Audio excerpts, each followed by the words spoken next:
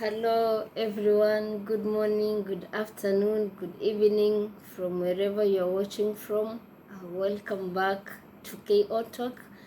And today, being the 6th of November, was one of my darkest days in my life. It's the time I got news about my dad leaving us. So today, being 6th of November, it's my dad's 5th anniversary. He passed on the year 2017, 6th November. And the t-shirt I'm putting on was part and parcel of the t-shirts that we're using for his burial, and it has a logo of a Seventh-day Adventist. My dad was an SDA, and on the back side it's written "Till we meet again." I don't know if you can see it. Yeah.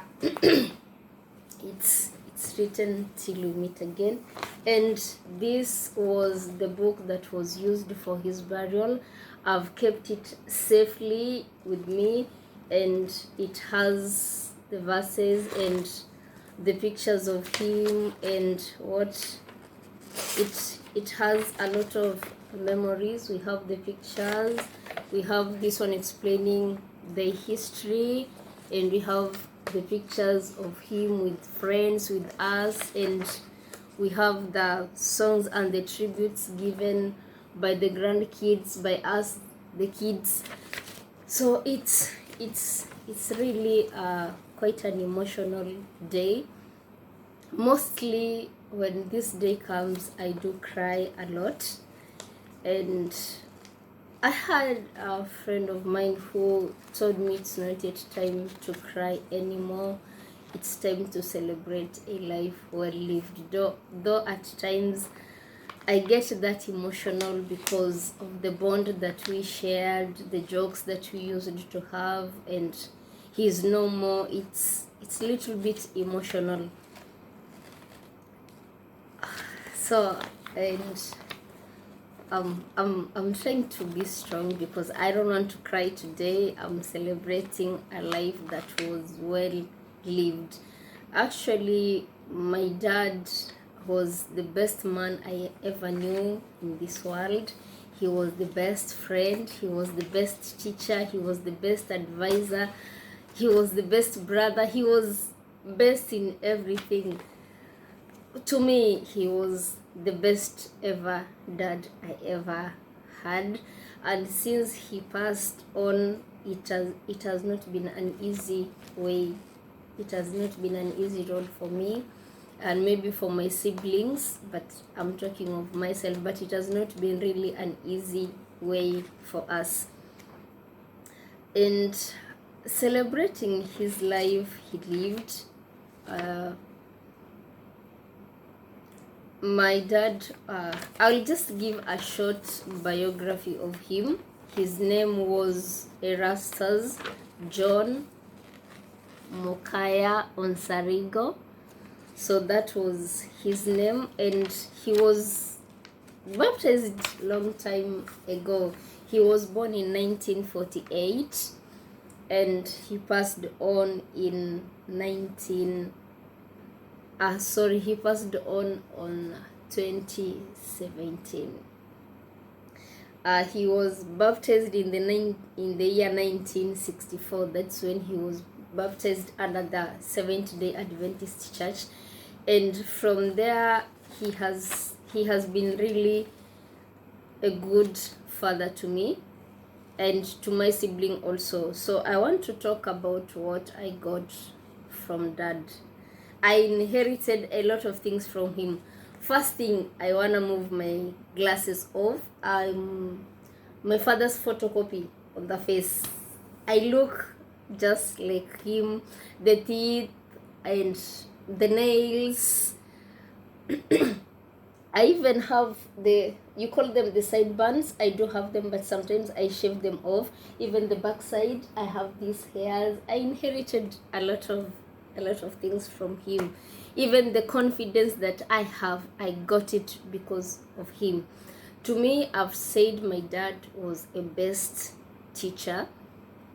And he wasn't a counselor by profession, but he was the best counselor ever. When you feel like you are down and you go to him, you want to talk to him. And if you visit my home right now, we still have the big King James Bible on our table, and he used it to open that book. Mostly when you're passing, if it's something you've done wrong, he really liked it to read from the book of Proverbs. He could open the book of Proverbs and read it from there. And if you are passing through something hard, he could use the book of Exodus and what the Israelites were passing through. Sorry guys, you could talk what the Israelites were passing through to encourage you. You could use some other Bible commentaries in encouraging. And when you could sit like my siblings and my dad on the table, you couldn't know who is older than the other. He could joke, he could laugh, and it was really the nice memories I have of him. I don't remember if there is any bad memory I have about him, because until the time he passed, I never saw him shout to my mom. I never saw him beat my mom. I never saw that. I never saw it. And it was actually, there was a time I was bullied a lot while I was in high school.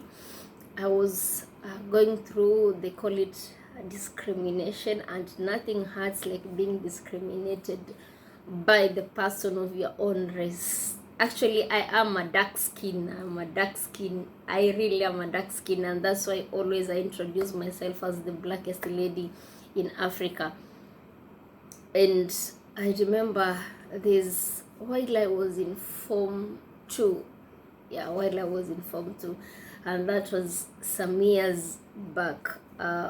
I really had, that time I was really down, because one thing, I don't know, my voice, it's almost resembles daddy's voice, and at times it resembles like a kid, so it varies, but now it's coming strong, it's heavy, it's a heavy voice. And I was being bullied in high school. That's where I really faced a lot. They could say because I have this too much hair and this back hair here, and because of my color also. I remember there's one day I will call the person a friend, as much as he abused me. He told me he didn't know there was something that he was doing, and I didn't get to hear what he wants to talk to me. And he said, I never knew I was talking to a monkey.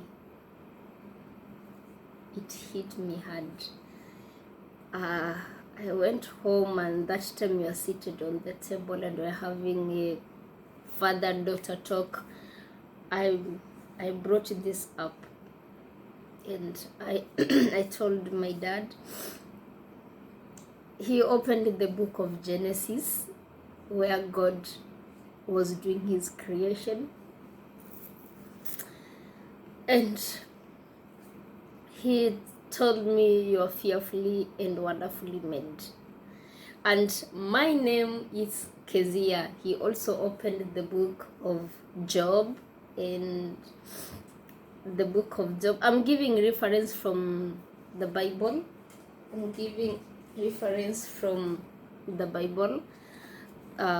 He gave it from the book of Job, that is chapter 42, where my name, he opened the book of Job, and when I read my name there, and the name was saying like those kids that Job were blessed with were the most beautiful kids, the most beautiful ladies, I took it positive from there. No matter what they will tell me, I'm Kezia, and the most beautiful lady, and I took it positive from them. I'm sorry I had to cut the video a little bit because I got quite emotional. So I took it positive from that time. Like, no matter what you will tell me, no matter what you're going to say it, I will use it. The stones that you are throwing to me, I will use them as and make a staircase to move a step higher. And from that time I gained my courage, and I started, like, I got confident of myself. Even if you will tell me what you will tell me, it will just, if it's a thing that will help me, I will keep it in my heart. And if something that I can't take control of it, I just leave it to God, because He's the one who created me. So I've been mourning my dad for so many years. Even the time I get a chance and go home, I could just stand on the grave where he was buried.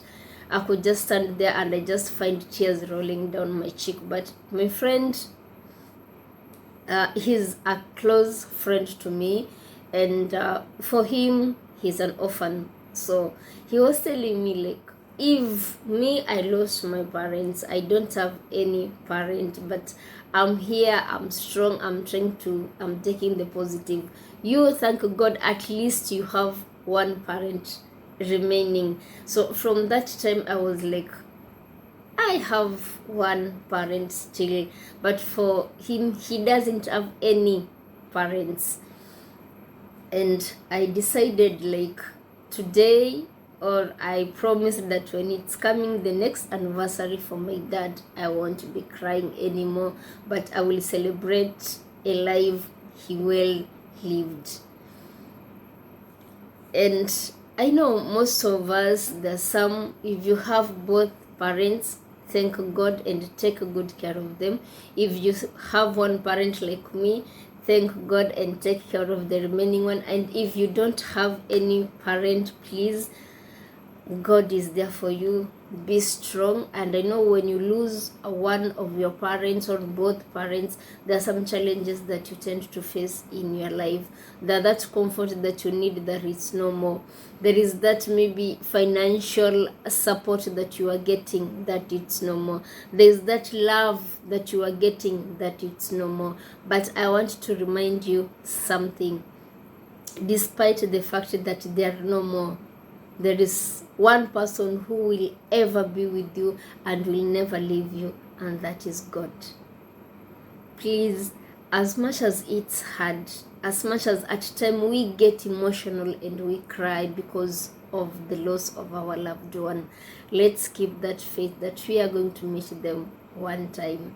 We will meet them when the right time comes. So today, I was just taking a random video of celebrating the life of my dad, being his 5th anniversary, and I've decided not to cry. So there's some point I got a little bit emotional and tears rolled down.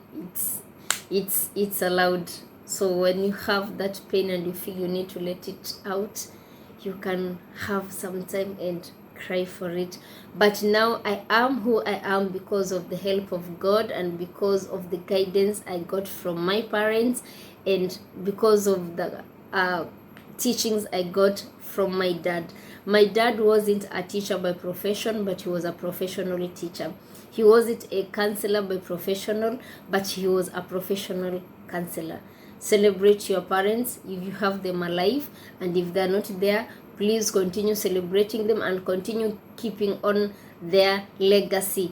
I'm here on this channel because of the legacy I'm representing from my dad. Until next time, guys, bye bye.